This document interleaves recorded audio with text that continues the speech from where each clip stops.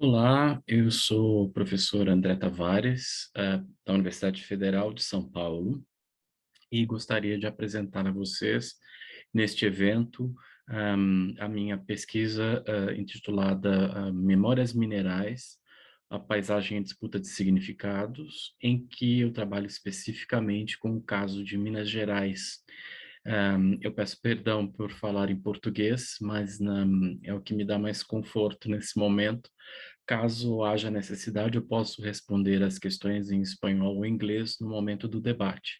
Também peço um segundo para que eu possa compartilhar com vocês a minha tela. Um minuto mais.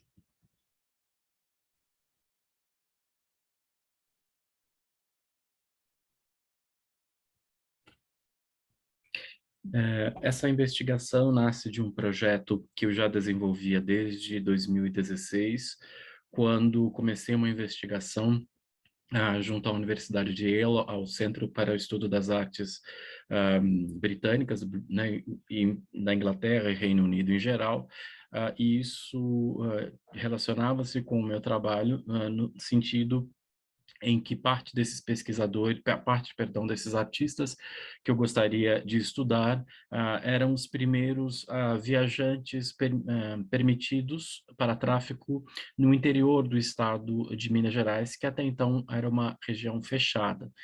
Entre estes nomes incluía-se John Mall, por exemplo, que era um mineralogista, era um pesquisador e negociante de pedras preciosas e minerais, que já possuía uma pequena loja, um pequeno negócio na região de Matlock Bath, em Derbyshire.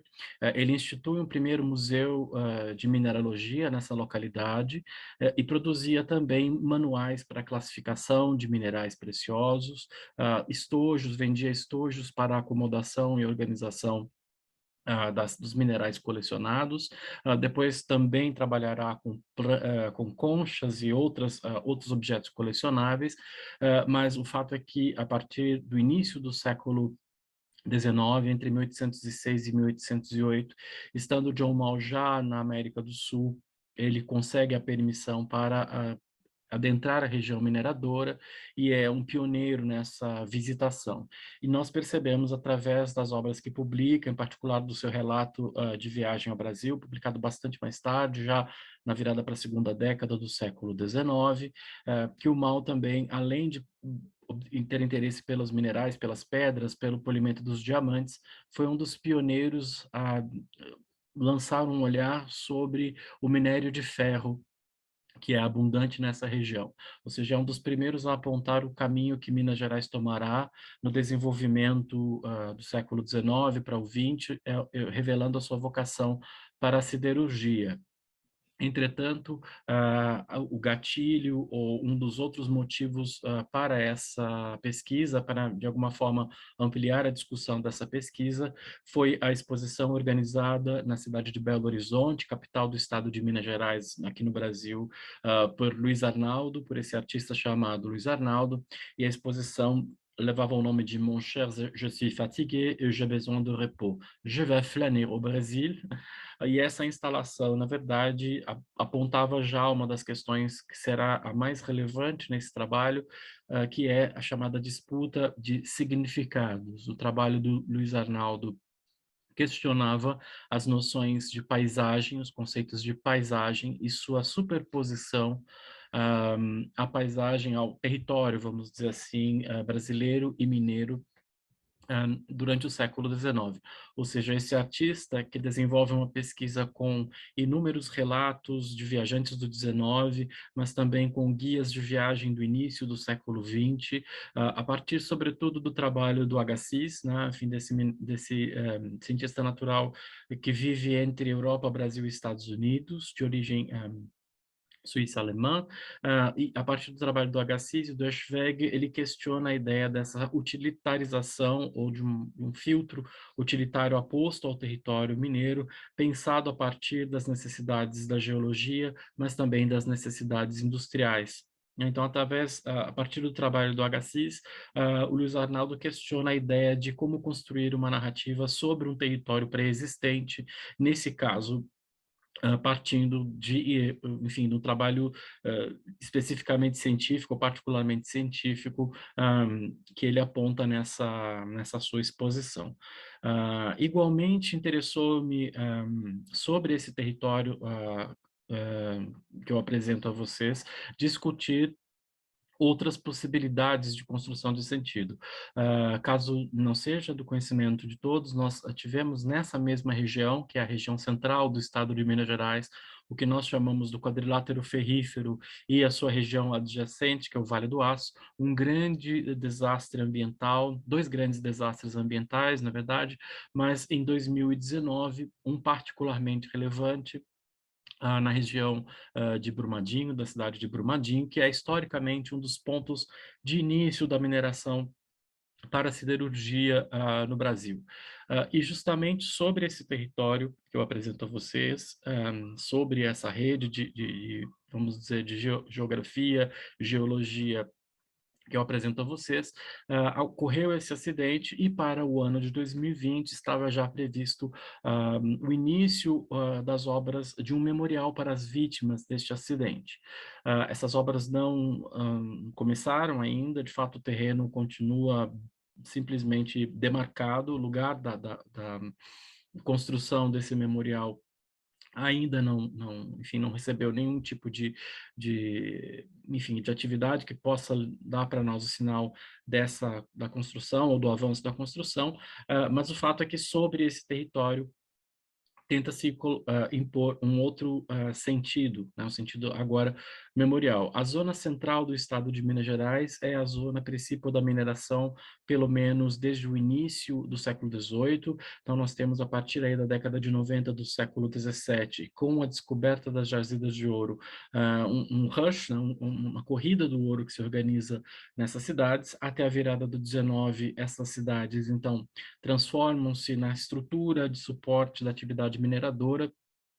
Durante o período colonial, que para nós dura até 1822, ou pelo menos até 1808, se nós consideramos a chegada da família real portuguesa como, né, um demarcador importante, e o Tratado de Amizade, Aliança e Comércio com a Grã-Bretanha de 1810, com o Reino Unido de 1810, como marcos de abertura depois do sistema colonial, nós temos então uma clivagem, né, que ocorre aí entre os anos 1808, a primeira década do 19, e 1820, em que esse território vai se expandindo. Por volta dos anos 40 do século XIX, esse território já havia vamos dizer assim, alterado de forma significativa.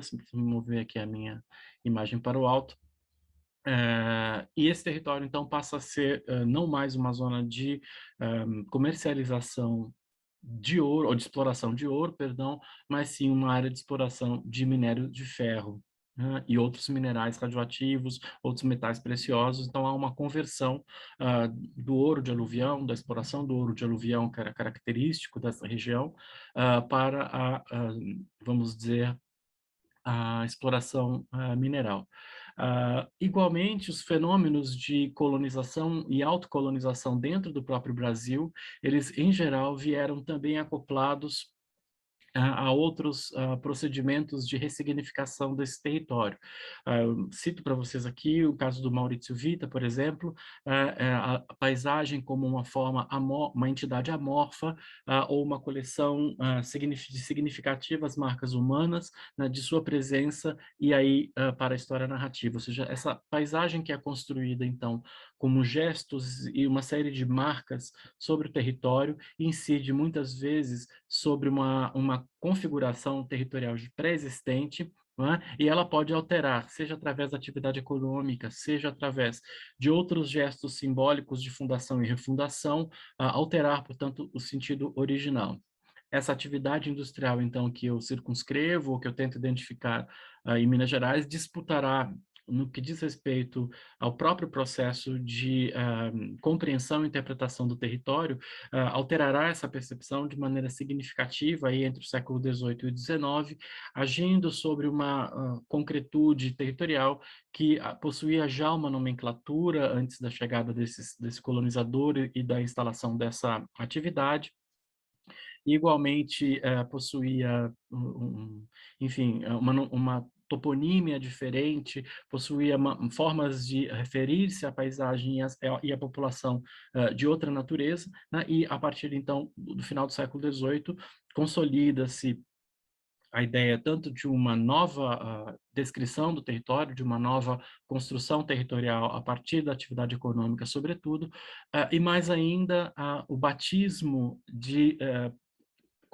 constantes geográficas pré-existentes com uma nomenclatura nova. Não raro uma nomenclatura ligada, por exemplo, às devoções católicas que vão sendo transportadas a essa região. Como paisagem, por exemplo, ou como exemplo de alteração dessa paisagem, perdão, apresento para vocês um fenômeno tardio, mas significativo nesse sentido, que é o nascimento da cidade de Brasília, ou seja, a partir da narrativa que se organiza no memorial da sua fundação, com o traçado da cruz, né, a forma de Brasília como a gente sabe é de um avião, mas o primeiro marco desse território é essa grande cruz que se faz sobre o Planalto Central brasileiro, indicando assim o nascimento dessa nova capital a partir de um gesto expressivo, vamos dizer assim, de um gesto significativo, mas de caráter messiânico muitas vezes, ou no caso de Brasília, eventualmente ligado à própria questão de uma lenda, ou seja, a ideia de que a cidade nasce de uma das visões de Dom Bosco. Esse é um dos mitos fundacionais da cidade de Brasília. E isso num contexto, então, de autocolonização, né, que é uma expressão que eu tomo emprestado do Benjamin Moser, o biógrafo de Clarice Lispector, que escreve um texto muito importante dedicado a esse tema da autocolonização, publicado, então, há cerca de 4 ou 5 anos aqui no Brasil. Antes disso, quer dizer, voltando ao percurso que eu mencionava para vocês, o Diário do John Mao, as viagens ao interior do Brasil, em que ele faz a imagem que vocês veem aí à minha esquerda, o registro de todo o seu percurso, né? Então ele vai do Rio de Janeiro, da capital, que é o Porto do Ouro, até a região central do estado de Minas Gerais. Vocês percebem essa zona que aparece aqui bastante mais detalhada. O seu objetivo é a cidade de Diamantina, como o nome diz, ligada à exploração de diamantes. Não é? O John Mao depois escreve um livro sobre como polir diamantes, como cortar e apresentar essas pedras. Então, particularmente interessante para ele, Diamantina como um destino de exploração e viagem. Igualmente, ele vai visitar cada uma dessas pequenas localidades e os postos de mineração e exploração do ouro, nessa viagem que é empreendida, como eu comentei com vocês aí, a partir do finalzinho, perdão, da primeira década do século XIX. Nós estamos falando aí de por volta de 1808 até 1811, essa região vai se abrindo paulatinamente, né? E um dos primeiros viajantes é justamente o John Mao. Eu chamo a atenção também ao que vocês veem aqui, essa zona demarcada e essa inscrição que ele faz aqui nesse território, aqui no meio desse território não detalhado, que quando a gente olha diz very little known, muito pouco conhecido. Né? Então, essa é uma região fechada, é o que nós chamamos da Zona da Mata Mineira. Né? Toda essa região que vocês veem aqui correspondem à província do Rio de Janeiro, na mesma altura. Aqui, então, é a chamada Zona da Mata Mineira. Essa região é uma região que, embora fosse conhecida, não é real que ela fosse completamente desconhecida pela população ou pelas autoridades do governo colonial e depois do Reino Unido, de Portugal, Brasil e Algarve, na segunda década do século XX, mas é uma região tratada como uma pequena reserva. Ela vai abrir-se aos poucos a partir, então, de 1817. Nós veremos o nascimento de uma pequena empresa, vamos dizer assim, de exploração e de fixação nessa região, e essa região vai ser rapidamente colonizada, ou seja, entre 1817 e o final da década de 20, até a virada para a década de 1830, essa região, de alguma forma, vai estar toda mapeada. O Rio Pomba, que aparece aqui, demarcado para vocês, é um dos eixos e uma das vias fluviais de acesso a essa região, e a primeira exploração que ocorre justamente nesse trecho vem de expedições que entram no território da Zona da Mata a partir da zona central, da região central do estado de Minas Gerais. Então, esse very little known aqui do John Mall é uma espécie de informação fechada aos estrangeiros, embora nós saibamos que existia um mapeamento dessa região já desde o final da década de 1790. Há um famoso mapa que corrobora essa informação, então bastante descrita, descrevem-se não só o Rio Pomba, mas sobretudo os rios principais dessa região, como o Rio Doce, o Rio Piracicaba, os seus afluentes, né, e até a desembocadura, até a Foz do Doce, no que é para nós hoje o estado do Espírito Santo.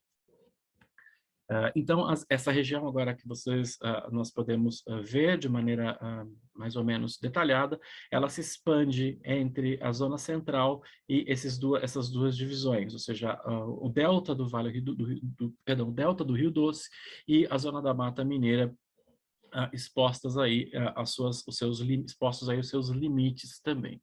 Essa região, ela é paulatinamente colonizada, como eu diria, e num primeiro momento ela vai ser vazada, ela vai ser demarcada por pequenos vilarejos, né? Geralmente ligados ao curso dos rios, né? Os rios são a principal forma de locomoção nesse contexto, e muitas vezes também nós veremos surgir nessas regiões locais específicos voltados para a devoção, né? Para peregrinações ou devoções. Então, há um estímulo também na criação de centros de contato entre a população dessa região, seja por questões comerciais, seja por questões de religião. Um dos primeiros locais, então, ocupados nesse território é a cidade, então, de São João Batista do Presídio, hoje em dia chamada Visconde do Rio Branco, e a cidade de Rio Pomba, justamente na margem de um desses rios, o Rio Pomba, que serve, então, de eixo de comunicação entre a zona central e a região da Mata Mineira.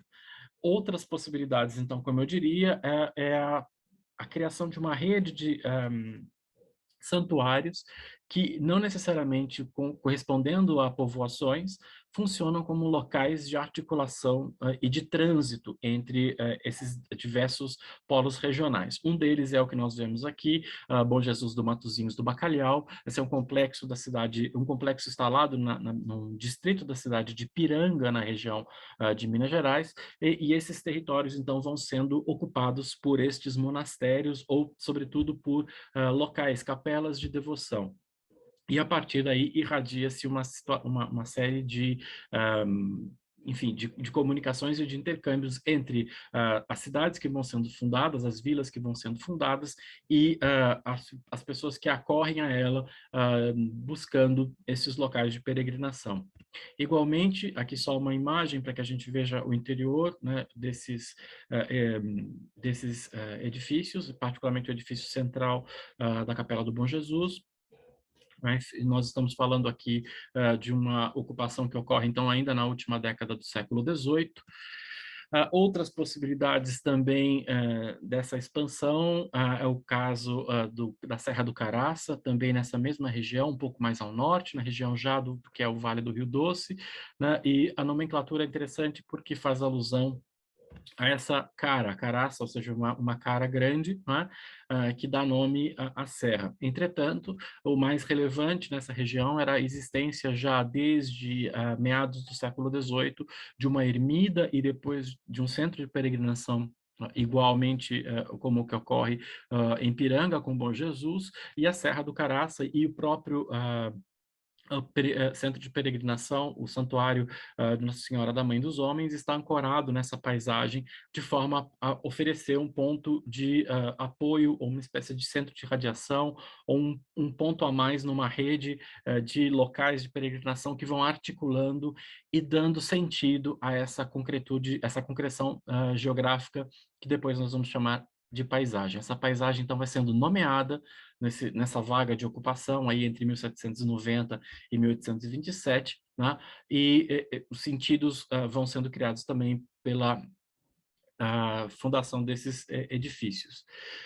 No Caraça ocorre também um fenômeno bastante curioso, é um dos primeiros santuários que recebe no Brasil uma relíquia romana, é a que nós vemos aqui, ou seja, de São Pio Mártir. Essa é uma relíquia romana presenteada ainda durante o pontificado do Pio VI, então é efetivamente uma relíquia que constitui um grande sistema de nobilitação para essa região, criando uma espécie de lugar de privilégio no sertão mineiro, né, e oferecendo, então, a possibilidade de chamar essa região mais fiéis. Outros centros importantes, além do Nossa Senhora da Mãe dos Homens, do Caraça, que vocês veem agora, por exemplo, o Santuário de Nossa Senhora da Piedade. Aqui nós vemos essa grande estrutura geográfica que comporta essa zona central do estado de Minas Gerais, né? Então, o Caraça aparece aqui, o Santuário de Nossa Senhora da Mãe dos Homens. E como vocês veem, há aqui um grande maciço, que é parte do complexo da Serra da Piedade, que divide essa região da região da Samarco, em Bento Rodrigues, né? Ou seja, toda a parte de Brumadinho, que nós comentamos no início aqui da apresentação, essa zona de desastre ocorrendo aí em 2019. Uma das chaves, ou um dos motivos que me leva a apresentar esse tema para vocês e para outros pesquisadores, é entender como, no caso de Minas Gerais, essa lógica da industrialização ocorreu sobre um território de história colonial. E anunciar uma das discussões correntes no dia de hoje, que é como tratar o passado industrial, seja através da negação ou através da destruição, ou promover a história da tradicional, ou seja, a história da ocupação colonial, das artes coloniais, e como essas duas vertentes aparecem em conflito no debate historiográfico hoje em dia, mas também numa espécie de conflito para a construção da imagem do Estado de Minas Gerais em face dessas duas chaves historiográficas, ou seja, como contar a história da industrialização e da ocupação desse território com os desastres, com a mudança de sentido que foi imposta sobre esse território através da fundação desses monastérios, da mudança de nomenclatura, e como isso convive com uma história ideal sobre esse passado mineiro, pensando no seu patrimônio, pensando na história da sua colonização artística, e como a população local, de alguma forma, é atingida esses fenômenos. Essa é uma breve introdução, eu poderei esclarecer ou prestar esclarecimentos também mais adiante. Agradeço a atenção de todos, né? E espero que possa fazer sentido para vocês também essas minhas inquietações. Muito obrigado.